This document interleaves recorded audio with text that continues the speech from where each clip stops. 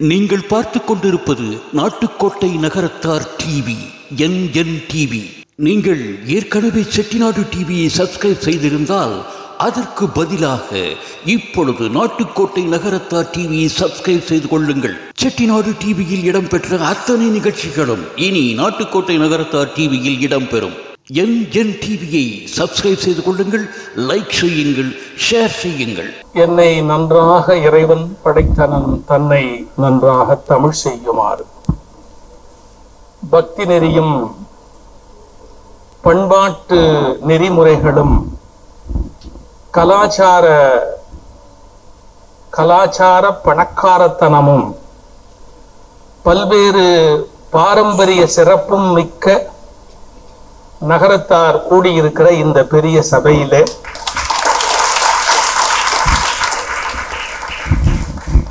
ஒரு ஞானியாக பட்டினத்து பிள்ளை அடக்கமான இந்த சிறப்பு மண்ணிலே அனைவரையும் சந்திக்கிற சிந்திக்கிற வாய்ப்பு திருவருளால் அமைந்திருக்கிறது. ஒரு நடுவர் அப்படிங்கிற முறையில உட்கார்ந்து அங்கேயே நான் பேசலாம், அதுக்கு உரிமை சலுகை உண்டு. ஆனா நான் இந்த மைக் கிட்ட ஏன் வந்தேன் அப்படின்னு கேட்டா, நம்ம தேவகோட்டை ராமநாதன் பேசினத்துல பேசினாலாவது எனக்கு நகைச்சுவை வருதான்னு பார்ப்போம்.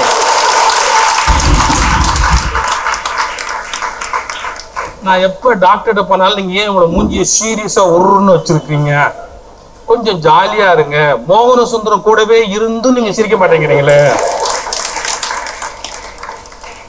நான் மோகன சுந்தரத்துக்கு சிரிச்சா மணிகண்டனுக்கும் கோபம் வருது. எனக்கு பேசிக்கலி நான் ஒரு சீரியஸ் பர்சன், எந்த விஷயத்திலையும் கொஞ்சம் சீரியஸா சிந்திக்கிற இயல்புடையவன். ஆனா மகிழ்ச்சியா மக்கள்கிட்ட நல்ல கருத்துக்களை சொல்வது என்பதுல இன்றைக்கு அடுத்த தலைமுறை நன்கு வளர்ந்து வருகிறது. அதில் நம்பிக்கை நட்சத்திரமாக விளங்குகிற தம்பி தேவகோட்டை ராமநாதனை மனமாற பாராட்டுகிறேன். நான் இங்க உள்ள நுழைஞ்ச போதே ஒரு வார்த்தை சொல்றதா இருந்தா, இந்த இடத்தை தெய்வீகமாக உணர்கிறேன். உள்ள நுழையும் போது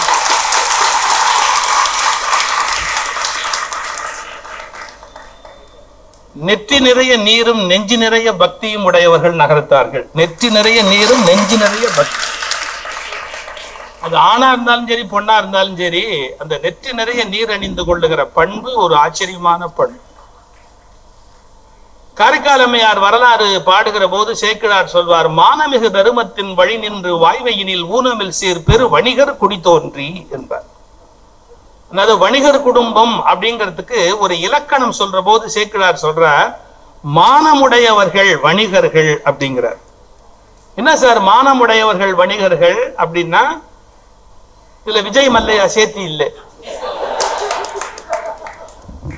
மானமுடையவர்கள் வணிகர்கள் அப்படின்னு சொன்னா என்ன அர்த்தம்னா, என்கிட்ட ஒரு சரக்கு வாங்கி அந்த சரக்கு நல்லா இல்லை அப்படின்னு சொன்னா அவங்களால அதை தரிக்க முடியாது.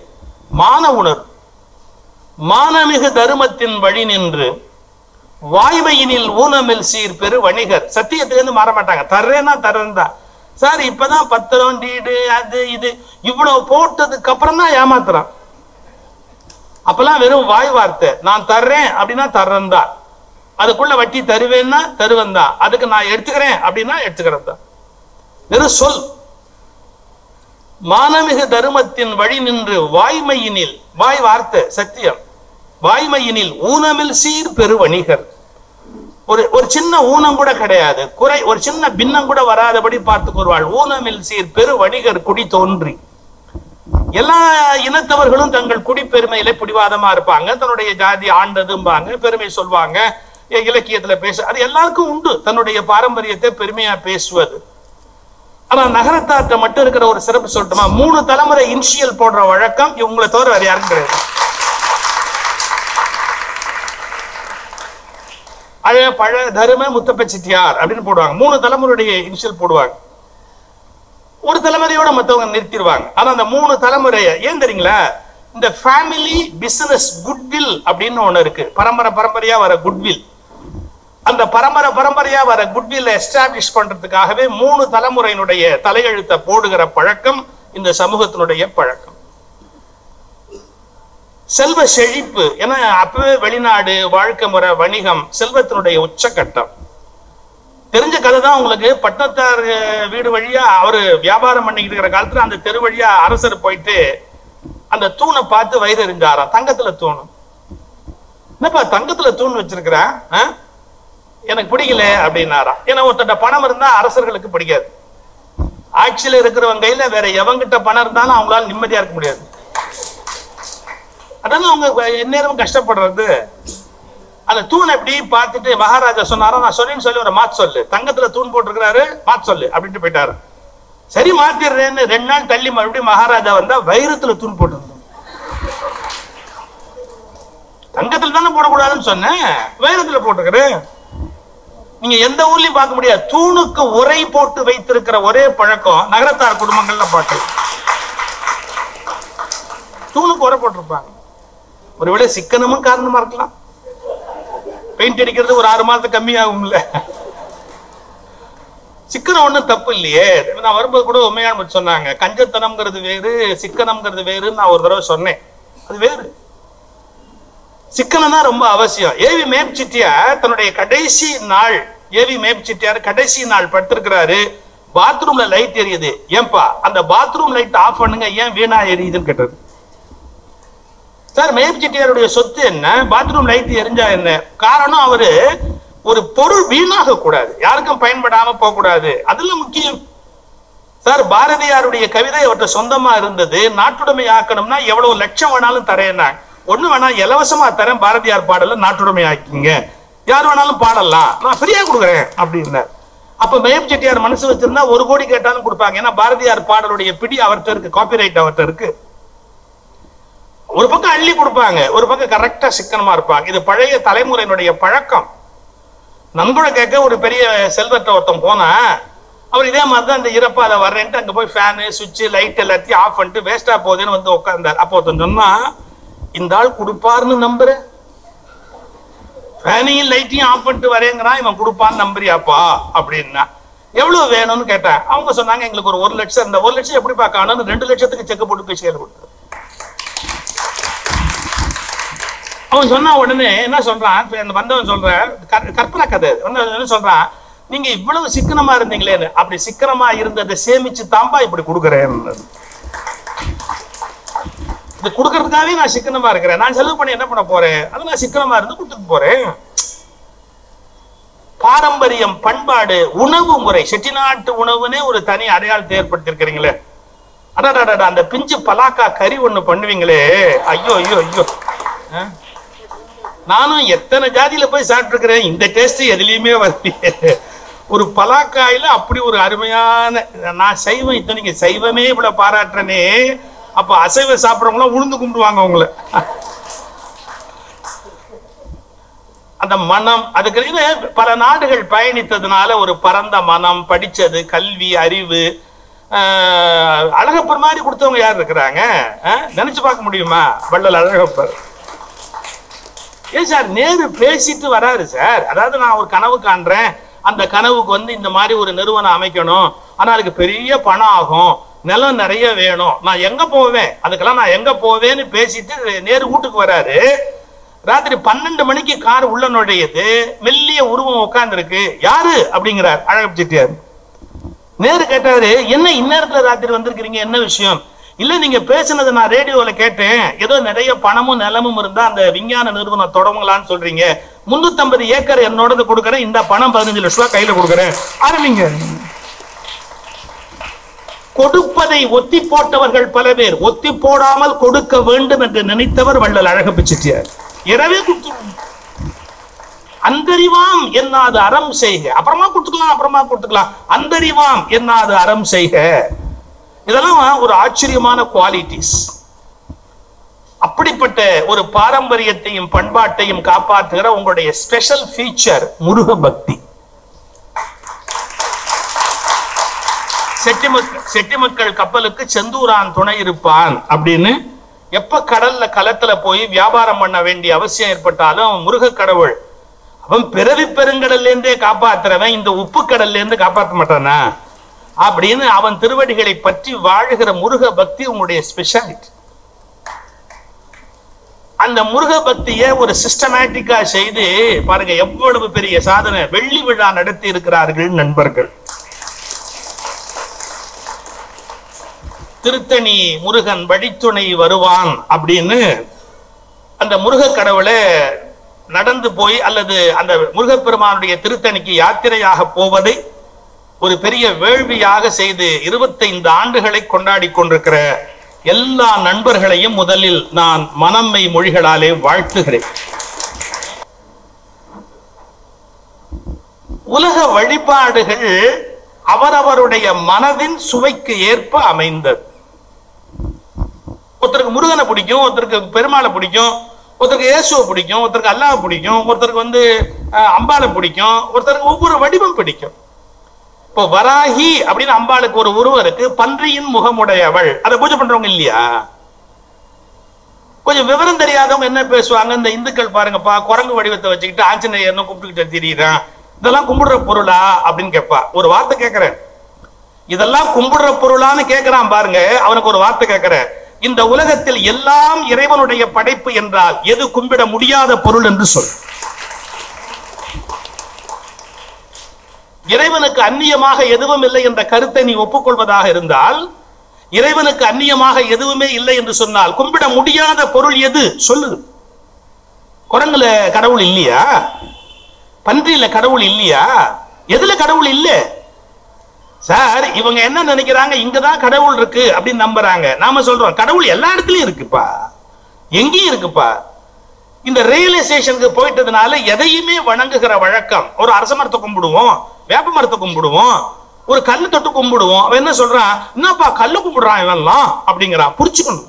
சித்தம் அழகியார் கல்கியில நான் தொடரா எழுதினேன், அது புத்தகமா வந்திருக்கு. சித்தம் அழகியார், அதுல கடைசி அத்தியாயத்துல கடைசி பேரா. அது கொஞ்சம் நுட்பமா கவனிக்க வேண்டிய விஷயம். ஒரு களிமண் எடுத்து இப்படி பிடிச்சு அதை பிள்ளையார் அப்படின்னு களிமண்ல பிள்ளையார் வடிவம் வைக்கிறோம். களிமண்ணை நான் தான் பிடிச்சேன், அப்புறம் சந்தனம் வச்சேன், குங்குமம் வச்சேன், மேல ஒரு அருகம்புல் வச்சேன், கழுத்துல ஒரு கருகமணி மாலை போட்டேன், குந்துமணி எடுத்து 2 கண்ணா வச்சேன், அவருக்கு தூப தீபம்லாம் பண்ணி அப்பா விநாயகா என்னை காப்பாத்துன்னு நான் கும்பிடுறேன். என்ன சொல்றான் நாஸ்திகனும் மற்ற மதத்தவனும் என்ன கேட்கிறான், களிமண்ணு நீ தான் பிள்ளையாரா பிடிச்ச, நீ தான் பிள்ளையார படைச்ச, நீ படைச்சு வச்ச பிள்ளையாருங்கிற களிமண்ணை நீயே கும்பிடுறியே, அறிவு இருக்காடா அப்படின்னு கேட்கிறான். கேட்கும் போது சுவாரஸ்யமா இருக்கு. அப்படியே நமக்கு ஆஹா அறிவுபூர்வமா கேட்கிறார். ஒண்ணு புரிஞ்சுக்கணும், இந்த கல் கடவுளாகுமா என்று கேட்கிறார்கள், இந்த களிமண் கடவுளாகுமா என்று கேட்கிறார்கள். ஒன்றை புரிந்து கொள்ளுங்கள், களிமண்ணை கடவுளாக்குவது என் நோக்கம் அல்ல, கல்லை கடவுளாக்குவது என் நோக்கம் அல்ல.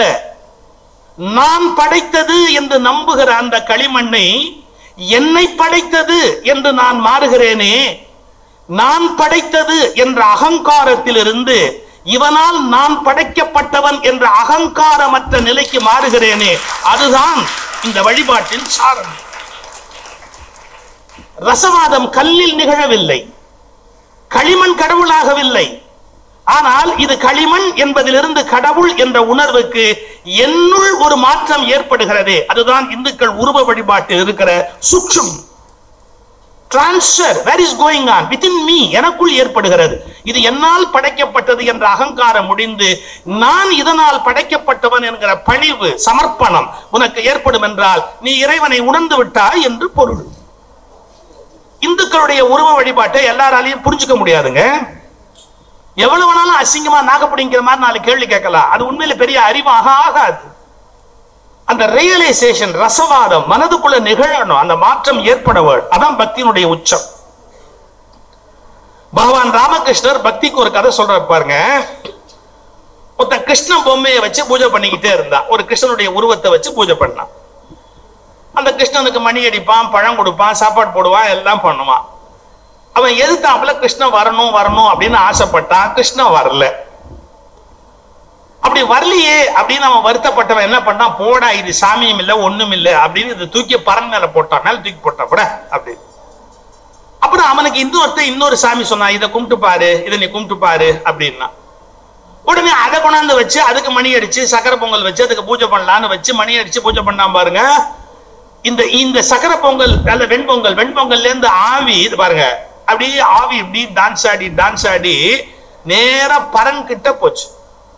இவனுக்கு கோபம் வந்துருச்சு. இந்த ஆவி எங்க போகுதுன்னு ஏணி போட்டு பார்த்தா இந்த ஆவி இப்படி போய் மேல பரன் மேல படுக்க வச்சான் பாருங்க கிருஷ்ணர் பொம்மை, அது மூக்குக்குள்ளார போகுது.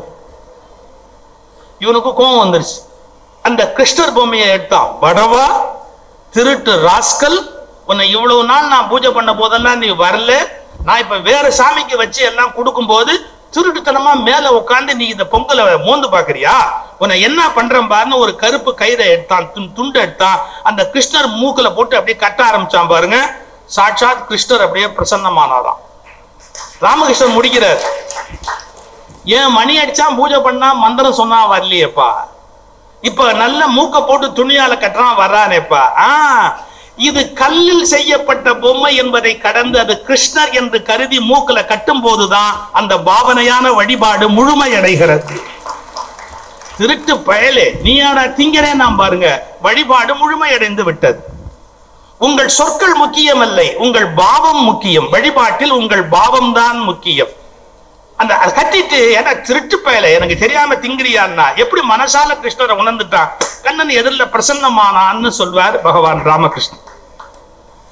இது இந்துக்களுடைய உருவ வழிபாட்டுல இருக்கிற ரகசியம். இந்த வழிபாட்டுல எத்தனையோ வடிவம் இருந்தா கூட முருக வழிபாடு என்பது ஒரு மனித வர்க்கத்தின் நாகரிகம் பண்பாடு வளர்ச்சி அடைந்ததனுடைய ஒரு அடையாளம். எப்படி இது வளர்ச்சி அடைந்ததனுடைய ஒரு அடையாளம்? ஏஸ்தெட்டிக் சென்ஸ் அப்படின்னு ஆங்கிலத்தை ஒரு வார்த்தை உண்டு. இதுக்கு நல்ல தமிழ் மொழிபெயர்ப்பு இருக்கு. முருகியல் உணர்ச்சி, அழகியல் உணர்வு அப்படின்னு. ஒரு விஷயம் எவ்வளவு அழகா இருக்கு அப்படிங்கறத ரசிக்க தெரியும். இப்ப முருகனுடைய உபாசனை என்பது என்ன அப்படின்னு கேட்டா அழகின் உபாசனை முருகனுடைய உபாசனை. ஏன்னா முருகப்பெருமானை பத்தி பாடும்போது அருணகிரிநாதர் பாடுறார், முழுதும் அழகிய குமர, முழுதும் அழகிய குமர, முழுசா அழகு. திருவடியிலேருந்து திருமுடி வர பார்த்தா முழுசா அழகு.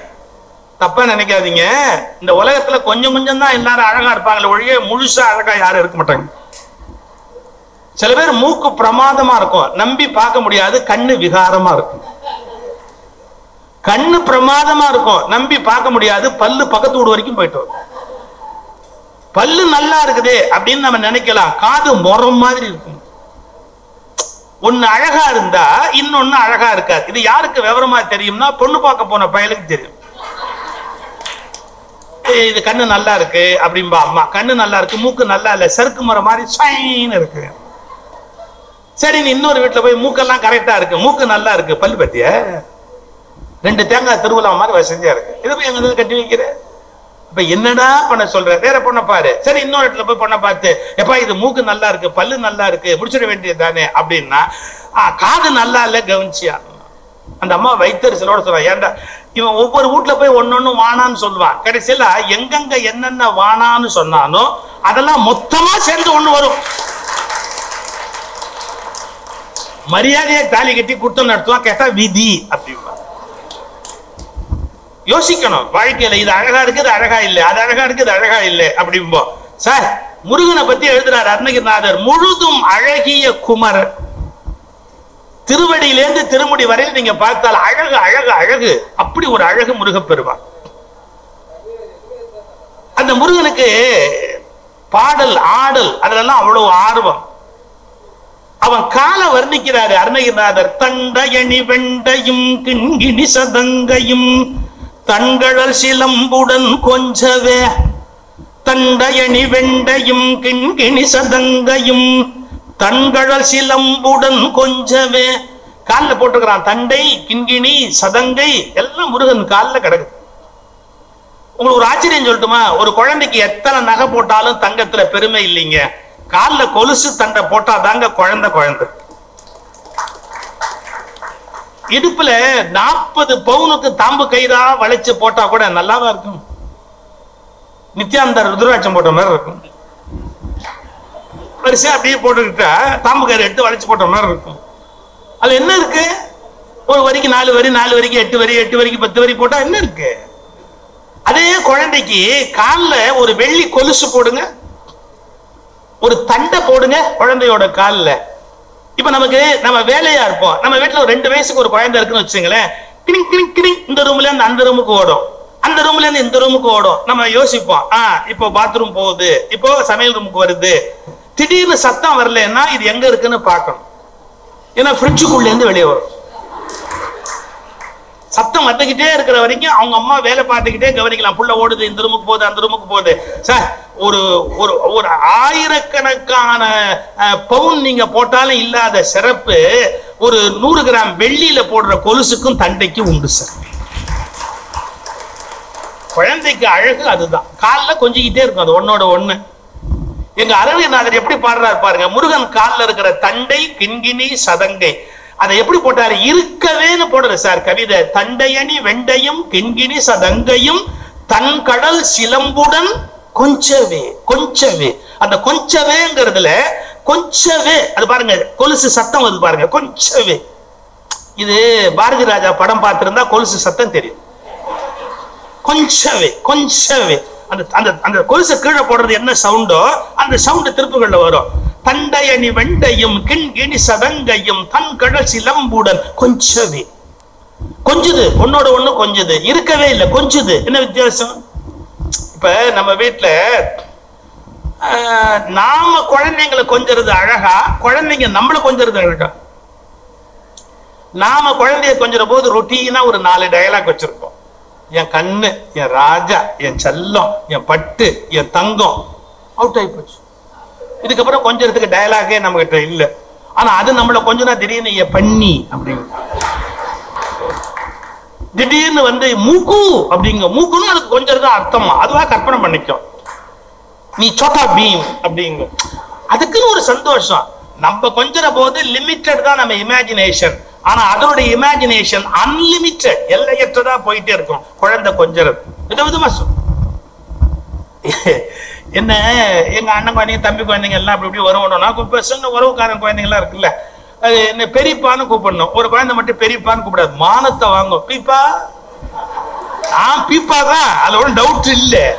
அதுக்கு 10 பேர் பீப்பா பீப்பா அப்படிங்க. பெரியப்பான்னு சொல்றா, வராது அவனுக்கு, பெரியப்பா வராது, பீப்பா அப்படின்பா. குழந்தை பேசுறது ஒரு அழகு தானே சார்.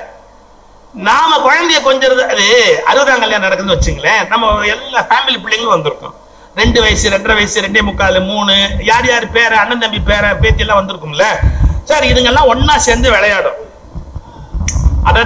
இந்த 2.5 வயசு 2.25 கொஞ்சம் பாப்பா, இது பெரிய தாத்தா. இந்த 2 கொஞ்சம் பப்பா, அது பாப்பான்னா இது பப்பா பப்பா. இன்னொன்னு சொல்லும், பிறந்த குழந்தைய பார்த்து பா, பானா குழந்தை, பப்பானா கொஞ்சம் வயசாயிடுச்சு, பாப்பானா வயசாகி போச்சு. இதெல்லாம் நம்ம டிக்ஷனரியில் இருக்கா? இல்ல. குழந்தைங்க இமேஜினேஷன் வித்தியாசமா பல காரியம் பண்ணும். இப்ப எங்க வரேன்னு கவனிங்க. முருகப்பெருமானுடைய காலில் இருக்கிற தண்டை, கிண்கிணி, சதங்கை, சிலம்பு இதெல்லாம் ஒன்னோட ஒண்ணு கொஞ்சுதான். தண்டை கிண்கிணியை கொஞ்ச, கிண்கிணி சதங்கையை கொஞ்ச, சதங்கை அதெல்லாம் பெருசு இல்ல. தண்டை கிண்கிணியை கொஞ்ச, கிண்கிணி சதங்கையை கொஞ்ச, சதங்கை கொலுசை கொஞ்ச, இவை எல்லாம் சேர்ந்து எங்கள் முருகனை கொஞ்ச, தண்டையணி வெண்டையும் கிண்கிணி சதங்கையும் தன்கடல் சிலம்புடன் கொஞ்ச. இந்த உலகத்துல சார் யாராவது எனக்கு குழந்தை இல்லைன்னு சொன்னா தப்பு சார். இந்த உலகத்துல குழந்தை இல்லாதவர்கள்னு யாருமே கிடையாது. ஏன்னா எல்லா வீட்டிற்கும் முருகனும் கண்ணனும் குழந்தைகள். இது தவழாத தமிழ்நாட்டு வீடு இருக்கா? முருகன் தவழாத வீடுன்னு ஒண்ணு இருக்கா? கிடையாது இல்ல. அந்த முருகன் மீது கொண்ட பக்தினாலே யாத்திரை போறாங்க. இங்கேருந்து நடந்து போறது, முருகப்பெருமான் கோயில்ல போய் அந்த முருக வழிபாடு நகரத்தாருடைய தனித்த ஒரு சிறப்பு. இந்த வழிபாடு எப்படி தோணுச்சுன்னு சொல்றேன். தைப்பூசத்துக்கு எப்படி வழிபாடு தோணுச்சுன்னு கேட்டா, பெருவாரியாக பேசிக்கலா நம்முடைய தமிழ் மக்கள் விவசாயிகள். இந்த விவசாயத்துல மழைக்காலம் முடிஞ்சு எல்லாம் விதைச்சு தை மாசம் அறுவடை பண்ணுவாங்க. இப்ப மாதிரி நமக்கு நாள் கோள் அப்படின்னு சொன்னா கடிகாரம் பார்க்கிற பழக்கம் கிடையாது, கேலண்டர் பார்க்கிற வழக்கம் கிடையாது. கோழி கூவுறப்ப எந்திரிச்சு அப்படிம்பாங்க, காக்கா கரைய கரைய புறப்பட்டு அப்படிம்பாங்க. கோழி முன்னாடி கூவு, காக்கா அடுத்தாப்புல கூவு. கோழி கூவு கூவு எந்திரிச்சு, காக்கா கரைய கரைய புறப்பட்டு போய் அப்படிலாம் கணக்கு சொல்லுவாங்க அந்த காலத்துல பேசும்போது. இது ஆதாரம் இருக்குன்னு கேக்குறீங்களா? இல்லாட்டி எங்க திருப்பாவையில் ஆண்டாள் எழுதுவாளா, புள்ளும் சிலம்பினகான் புள்ளரையன் கோயில் புள்ளும் சிலம்பினகான். இதான் காலத்தை கணக்கு போடுற வழக்கம் நம்முடைய இலக்கியங்கள். அப்ப இவங்க கடிகாரம் பார்க்க மாட்டாங்க. இவங்க என்ன கணக்குன்னு கேட்டா, தை மாதம் பூச நட்சத்திரத்தன்று பௌர்ணமி பெருவாரியா வரும். பூசத்துக்கு முதல் நாள், பூசத்துக்கு பின்னாடி நாள், பூச நட்சத்திரத்தை ஒட்டி முன்ன பின்ன வரும். நாம இரவுல நடந்து கோயிலை நோக்கி போவோம். காரைக்குடியில இருக்கிறவங்க, அந்த பக்கம் இருக்கிறவங்க யாரா இருந்தாலுமே நடந்து பயணிக்கு போவாங்க. ஏன்னா வாகன வசதி இப்படி கிடையாது அந்த காலகட்டத்துல. அது மட்டுமே இல்ல, நம்ம அறுவடை பண்ணி வச்சிருக்கிற பொருள், கிடைச்ச லாபம், இதெல்லாம் முருகனுக்கு நேர்ந்து வைப்போம். உடம்பு சரியில்லைன்னா ஒரு மஞ்சள் துணியில முடிச்சு போட்டு வைப்போம். இந்த மாதிரி இறைவனுக்கு நேர்ந்து கொண்ட காணிக்கைகளை எல்லாம் ஒரு மூட்டையா கட்டிட்டு வழியில நம்ம போகும்போது சாப்பிடணும். பாத்தீங்களா, நமக்கு வேணும் சாப்பாடு, அவல், வெல்லம், இதெல்லாம் நமக்கு வேணும். நமக்கு வேண்டியது எல்லாம் ஒரு பக்கம் மூட்டையா கட்டுறது. அப்புறம் அர்ச்சனை, அபிஷேகம், நைவேத்தியம், அதுக்கு வேண்டியதெல்லாம் ஒரு மூட்டையா கட்டுறது. நான் இப்ப எங்க வரேன்னு கவனிங்க. காவடி என்பது எப்படி உருவாயிற்று அப்படிங்கிறதுக்கான கணக்கு சொல்றேன். காவடி அப்படின்னு சொன்னாலே 2 மூட்டை இருக்கணும். ஒன்று நமக்கு உரியதை எல்லாம் பொட்டலம் கட்டுறது, நமக்கு உரிய பொருள்களை எல்லாம் மூட்டை கட்டுறது. இன்னொன்னு இறைவனுக்கு உரியது, அதையெல்லாம் பொட்டலம் கட்டுறது. இந்த 2ஐயும் மூட்டை கட்டினே பாருங்க. நம்ம கணக்கு எப்படின்னா, நமக்கு உரியதையும் இறைவனுக்கு உரியதையும் உழப்ப மாட்டோம். இப்ப நமக்குன்னு எடுத்து வச்சதையும் இறைவனுக்குன்னு எடுத்து வச்சதையும் ஒன்னோட ஒண்ணு நம்ம உழப்ப மாட்டோம். அதனால 2ஐயும் தனித்தனி மூட்டையா கட்டணும். இப்ப 2ஐயும் தனித்தனி மூட்டையா கட்டி எப்படி தூக்குறது?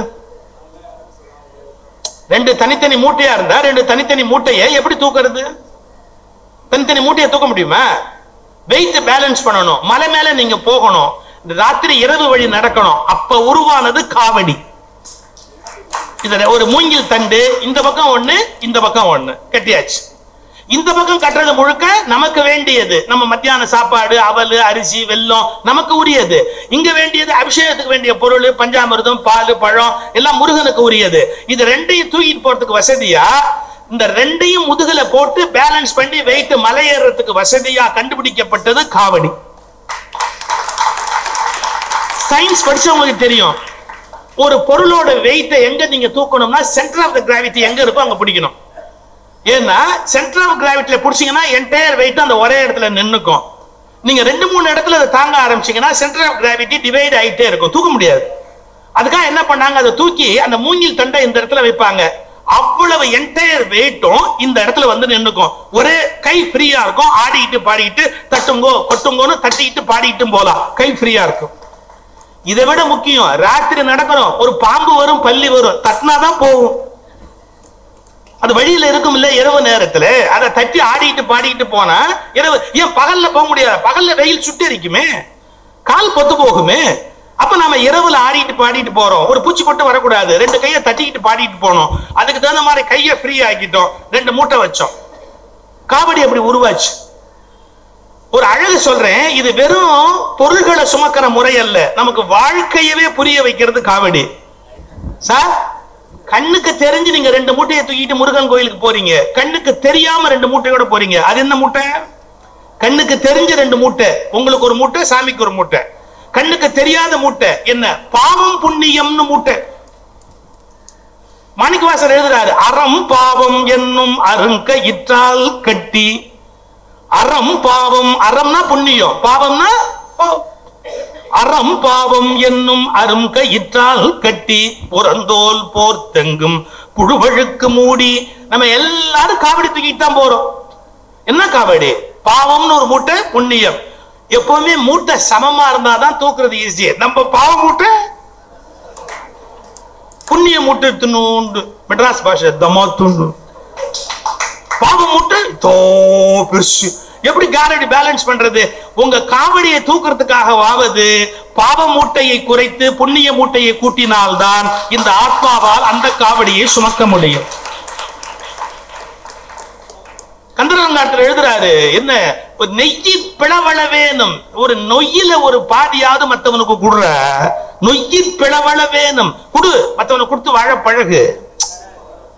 இது மூலமா புண்ணியத்தை கூட்டிக்க முடியும். புண்ணிய மூட்டையை நான் ஒரு வார்த்தை சொல்றேன், தப்பா நினைக்காதீங்க. பாவ மூட்டையை இப்போது குறைப்பது சுலபம் அல்ல. பாவ மூட்டையை உடனே குறைப்பது சுலபம் அல்ல. நீங்கள் புண்ணிய மூட்டையை கூட்டுவதன் மூலம் தான் பாவ மூட்டைக்கு நிகராக புண்ணிய மூட்டையை கொண்டு வந்து கஷ்டம் இல்லாமல் காவடி தூக்கலாம். வேற வழியே இல்ல, கஷ்டம் இல்லாம காவடி தூக்கணும்ல. இந்த சிம்பாலிக்கா சொல்றது மலைக்கு மேல போற போது இது மாதிரி இறைவனுக்கு கொண்டு போய் கொடுப்பது. முருக வழிபாட்டினுடைய நுட்பம் என்னன்னா அது அழகின் உபாசனைன்னு சொன்ன. ஒரு சம்பவம் சொல்ற பாருங்க. மகாத்மா காந்தியும் ரவீந்திரநாத் டாகூரும் நல்ல நண்பர்கள் ஆச்சுங்களா. ரவீந்திரநாத் டாகூரை மாலை நேரத்துல அழைத்து கொண்டு வாக்கிங் போகணும் அப்படின்னு காந்தி வந்துட்டார். ரவீந்திரநாத் டாகூர் கண்ணாடி முன்னாடி நின்று தலைவாடுறார்.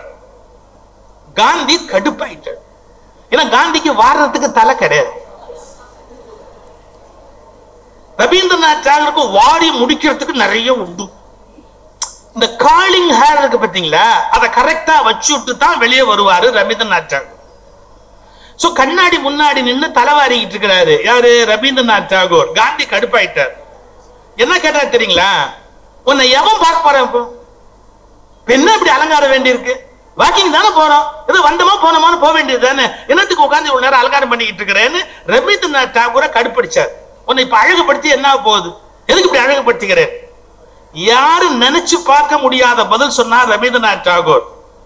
நான் அழகுபடுத்திக் கொள்வது என்னை திருப்திப்படுத்திக் கொள்வதற்கு அல்ல, என்னை பார்க்கிற யாருக்கும் அசிங்கத்தை பற்றிய நினைவு வரக்கூடாது, அவர்கள் மனதில் இருக்கிற அழகு சித்திரத்தை நான் அழிக்க கூடாது.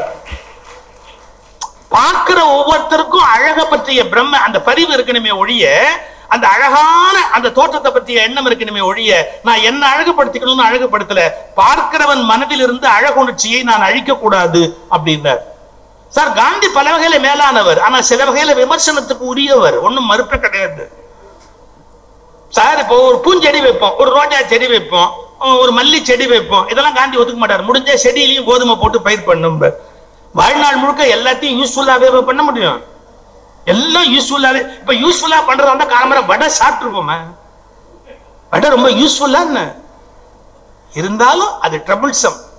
அதாவது ஒரு ஒரு அணுகுண்டோட மினி வடிவம் தான் வடை. ஆனாலும் போட வேண்டிய இடத்துல குண்டு போட்டாதானே எல்லாம் சரியா வரும், போட வேண்டிய இடத்துல குண்டு போட்டாதானே எல்லாம் சரியா வரும். ரெண்டு உளுந்த வடையை போட்டுக்க வேண்டியதுதான். அதாவது சார் வாழ்க்கைங்கிறது கொஞ்சம் சந்தோஷத்தால் ஆனது. வாழ்க்கை நான் ஒரு வார்த்தை சொல்லட்டுமா, கொஞ்சம் முட்டாளாக இல்லாமல் உலகத்தை நீங்கள் ஆனந்தமாக ரசிக்க முடியாது. நீங்க ஒரே அறிவாளியாவே இருந்தா அந்த உலகத்தை ரசிக்க முடியாது, கொஞ்சம் முட்டாளா இருந்தாதான் இந்த உலகத்தை ரசிக்க முடியும். மோகனசுந்தரன் சொல்வார், முட்டாள்தனம் இல்லாட்டி கல்யாணம் பண்ண முடியுமா? உண்மைதான், கொஞ்சமாவது முட்டாளா இருந்தா தான் நாம இந்த உலகத்தை சந்தோஷமா வாழ முடியும். சோ அப்ப என்ன பண்ணணும், அழக ரசிக்கிறதுக்கு பழகணும். அழகுணர்ச்சி தப்பா? முருகன் இருக்கிற மயில், காட்டிலேயே அழகான பறவை மயில், வீட்டிலேயே அழகான பறவை சேவல். சேவல்ல மல்டி கலர்ஸ், அந்த ரெக்கையில நீங்க பாத்தீங்கன்னா ஒரு ப்ளூ, ஒரு பச்சை, ஒரு ரெட், ஒரு எல்லோ. அய்யோ, ஒரு வானவில்ல வால்ல சுருட்டுச்சு சார் சேவல். ஒரு வானவில்ல வால்ல சுருட்டி வச்சுக்கிட்டு அது என்னமா நடக்குது, அதுக்கு ஒரு கொண்டை, அந்த கொண்டையில ஒரு திமிரு. இந்த சேவல் நடக்கும் போதே நீங்க பாருங்களேன், வித் ஃபுல் பிரைட் நடக்கும் போது அந்த கொண்டையை அப்படி ஆட்டி நடக்கும் சேவல். ஒரு அழகு, ஒரு கம்பீரம், ஒரு தோற்ற பொலிவு, வண்ணம். எது? சேவல். முருகனுக்குரியதெல்லாம் பாருங்க, சேவல், மயில், மலை, அருவி, இதெல்லாம் முருகனுக்குரியது. அந்த அழகு, நறுமணம், சந்தனம், கடம்பம், மகிழ மரம் எல்லாம் முருகனுக்குரியது. அப்ப அழகின் உபாசனை தான். ஏன் அழக உபாசிக்கணும் சார்? நீங்க எதை உபாசிக்கிறீங்களோ அதுவா மாறுவீங்கல்ல. ஒரு நடிகனுக்கு ரசிகர் மன்றம் வைக்கிறவன் அவன் மாதிரியே ஆலியா? நம்ம வீட்டு பையன் யாருக்கோ ரசிகர் மன்றம் வைப்பான், 5 வருஷம் கழிச்சு நமக்கே டவுட் ஆகும், இது நம்ம வீட்டு பையன் தானா இல்ல தெருவுல இருந்து ஏதாவது நம்ம வீட்டுல வந்து வளருதா? ஏன்னா நின்னா அவன் மாதிரி நிப்பான், திருவுனா அவன் மாதிரி திருகுவான், நடந்தா அவன் மாதிரியே போவான், அவன் மாதிரி ஒரு நாள் பைத்தியக்கார ஆஸ்பத்திரி போனாலும் போவான். நம்ம வீட்டு பிள்ளை எப்படி சார் மாறினா? மனசால அவளை ரசிச்சு ரசிச்சு ரசிச்சு ரசிச்சு அவராவே மாட்டான். ஒரே வார்த்தை கேட்கட்டுமா, ஒரு நடிகனை ரசிப்பவன் நடிகன் போல் ஆக முடியும் என்றால் முருகனை ரசிப்பவன் முருகன் போல் ஆக முடியாது. இந்த அழகின் உபாசனை, சௌந்தரியத்தின் உபாசனை, அதுதான் தாக்கூர் சொல்றார். அழகின் உபாசனையிலிருந்து என்னால் வெளியில் வர முடியாது அப்படிங்கிறார். அழகை பத்தி காந்திக்கு ஒரு பெரிய அபிப்பிராயம் கிடையாது. ஆனா தாக்கூருக்கு அழகை பத்தி பெரிய அபிப்பிராயம். அதனால முருக உபாசனை என்பது அழகினுடைய வடிவம், ஞானத்தினுடைய வடிவம். ஒரு பக்கம் வள்ளி, ஒரு பக்கம் தெய்வ யானைனா ரெண்டு சம்சாரம் தான். வலப்பக்கம் வள்ளி, நீங்க முருகன் கோயிலுக்கு போய் யாரையாவது கேளுங்க, வலப்பக்கம் யாரு இடப்பக்கம் யாரு பசங்களுக்கு தெரியாது. வலப்பக்கம் வள்ளி, இடப்பக்கம் தெய்வ யானை, இச்சா சக்தி கிரியா சக்தி, நடுவுல இருக்கிற வேல் ஞான சக்தி. என்ன அர்த்தம்? ஞானம் உள்ளவன் வேண்டிய போது இச்சையை பயன்படுத்தலாம், வேண்டிய போது கிரியையை பயன்படுத்தலாம், மற்ற நேரத்தில் ஞானத்திலேயே ஒடுங்கி இருக்கலாம். நடுவில் நில், வேண்டும் போது இடது பக்கம் பயணி, வேண்டும் போது வலது பக்கம் பயணி, வாழ்க்கையில் எப்போதும் நடுவில் நில், அந்த ஞான சக்தி. அப்படி தத்துவம், அழகு எல்லாமே முருக கடவுளுடைய தனித்த சிறப்பு. அந்த முருகனை கும்பிடுகிற உங்களுடைய வெள்ளி விழா வெற்றி பெற வேண்டும், பொன் விழா காணுகிற பெருமை உங்களுக்கு அமைய வேண்டும். அந்த பொன்விழா நிகழ்வுகளில், அந்த பொன்விழா நிகழ்விலும் நாம் சந்திக்க வேண்டும். அதற்கு முருக கடவுள் நமக்கு அருள் புரிய வேண்டும்.